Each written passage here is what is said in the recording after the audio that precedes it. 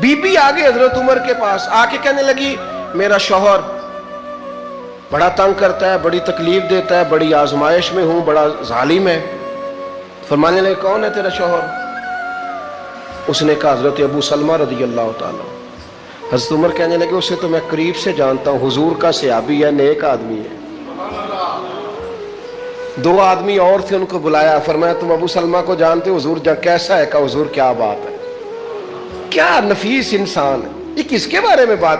اور ان کی اپنی بیوی۔ اب قریب بیٹھے لوگ تو سمجھیں گے کہ جب اپنی بیوی کہہ رہی ہے تو مسئلہ تو ہوگا۔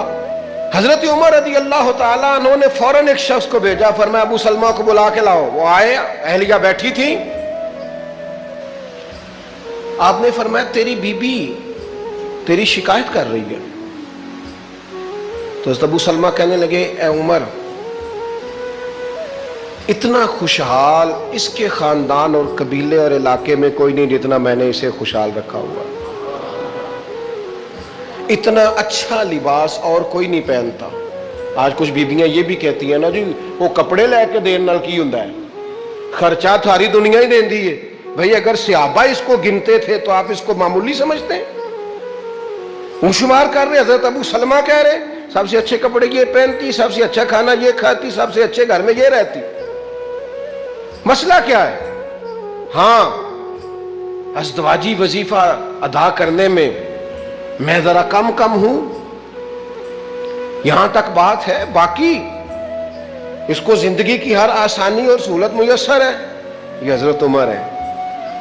حضرت فاروق اعظم نے درہ اٹھا لیا اور اس خاتون سے کہنے لگے تجھے تیری ماں روئے، تو اپنے شوہر کے خلاف بات کرتی ہے، تو اللہ سے نہیں ڈرتی؟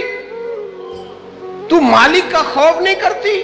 اور اتنے لوگوں کے بیچ آ کے تو نے، ایک وہ شخص ہے جس کے مقدمے پر فوراً جناب عمر نے کہا ہے کہ میں نے تحقیق کی ہے یہی معاملہ، اور یہاں حضرت عمر فاروق رضی اللہ تعالیٰ وہاں بھی تحقیق کر کے بات کی، یہاں بھی تحقیق کر کے بات کی۔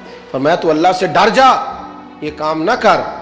وہ بھی کیا عظمت والی خاتون تھی، کہنے لگی مجھے تنبیہ ہو گئی ہے، آج کے بعد شکایت کا موقع نہیں ملے گا، میں اپنے شوہر کے معاملے میں ضرور اپنے رب کا خوف کروں۔ حضرت فاروق اعظم رضی اللہ تعالیٰ عنہ اسلام کا مضبوط قلعہ۔